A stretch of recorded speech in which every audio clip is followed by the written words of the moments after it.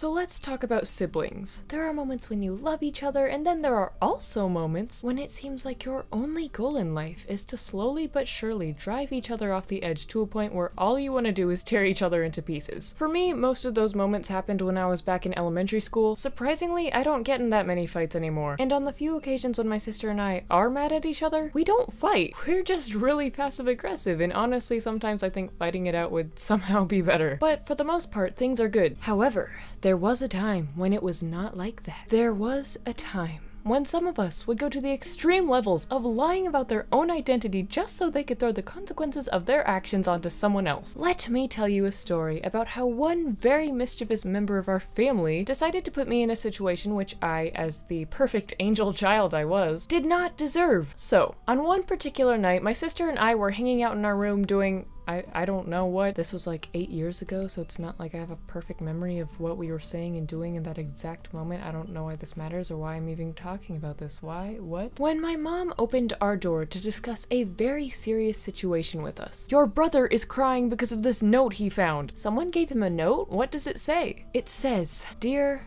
Dawn, I hope you have a very bad day." Can we just take a moment to admire how sad that insult was? Or not insult, but just how sad that was? If you're going to say something hurtful, say something that, I don't know, actually hurts. Or at least doesn't sound like an actual joke. I'm not encouraging people to say mean things, but if you do say mean things, just say them right, you know? You get this?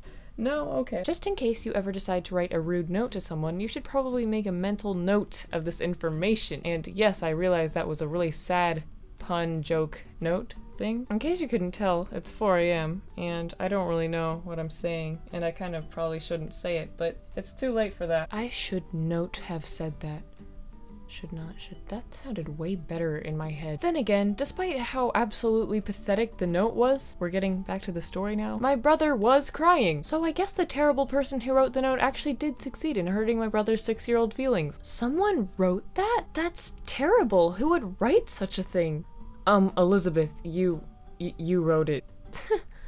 What? I looked at the note, and someone, who, by the way, was not me, wrote, "From Elizabeth," on the note. Some absolutely horrible human being had the audacity to sign my perfect name to such an unbelievably hurtful and horrible note. This was apparently too much for me to handle because my reaction was to just stand there and cry and tell my mom that I didn't do it, and thankfully she believed me. She came to the conclusion that one of our cousins probably wrote it and just wrote my name so he wouldn't get in trouble. My mom just left the whole thing at that. She wasn't gonna push it any further or make a big deal out of it. I, however, was not ready to let this go. Some criminal had just falsely accused me of doing something that I knew I did not do. This situation was not going to be over until some serious punishment was given. I talked to my sister about it after my mom left, and my sister also believed I didn't write the note. Wonder why that was, Ray. So the next day came. A wonderful, new, sunny day. A perfect day for exposing the criminal liar who ruined the previous day. As always, we were hanging outside playing with our 2 cousins. This was back when I actually went outside and didn't live every second of my life in my cave in the basement. So while we were all playing outside, I decided to casually bring up the events of what had happened the day before. Someone gave Dawn a really bad note yesterday and said it was from me. Really? What did it say? It said, "Dear Dawn, have a very bad day."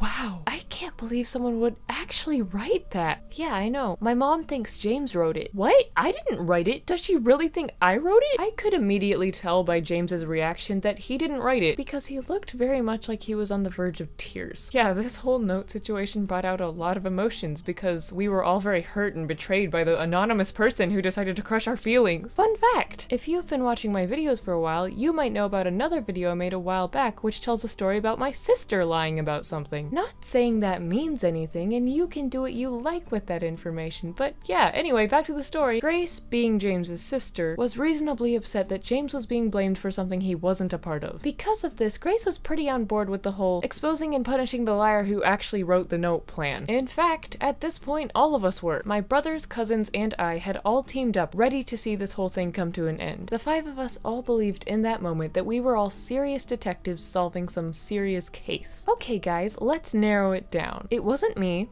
Grace, because, I don't know, it just wasn't. It wasn't Elizabeth, because if it was, she wouldn't be as hurt by the whole thing. It wasn't James, because if it was, he also wouldn't be as hurt by the whole thing. It wasn't Don, because, well, why would he tell himself to have a bad day? And it wasn't Nathan, because he's 4, and he can't even write yet. I feel like we're missing someone. Well, Rachel's not out here. Guys, we have our suspect. At this point, we were all certain the person was Ray, who, unlike the rest of us, was actually inside. She had no idea that we were all outside, planning to expose her. Grace told all of us that you could tell whether or not a person was lying by whether or not they made eye contact with you. So we brought Ray outside. She had no idea what was about to happen. Once Ray was out there, Grace proceeded to question her. So Rachel, are you the one who wrote the note to Dawn? No. Well, you're not making eye contact. I can't. The sun's in my eyes. Grace then walked to the opposite side so that when Ray faced Grace, the sun wouldn't be shining directly in her eyes. Did you or did you not write the note? I didn't. You're still not making eye contact. I can't. The sun is in my eyes.